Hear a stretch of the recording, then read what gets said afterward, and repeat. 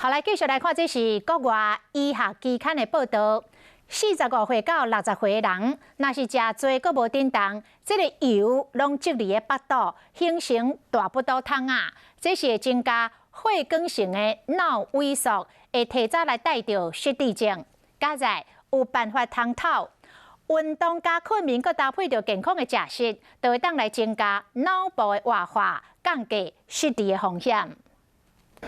上班坐几工，下班食好料的，凉的一杯刷一杯，腹肚圆圆一大坑。爱说你失智风险嘛比别人更加悬。国际医学期刊就提出，45岁到60岁中年大口人可以得到失智症。脂肪细胞它本身会放出一些抗氧化的激素啦，很多肥胖病人他们比较容易有中风啊，还有一些脑部循环的一些问题。内脏油伤济，可会引起高血压的疾病，卖互血管性脑萎缩，互大脑的灵活性降低，影响认知功能。无想要较快乐，会当安尼做。我们开始有这个决心之后，就要持之以恒，然后逐渐增加运动的强度。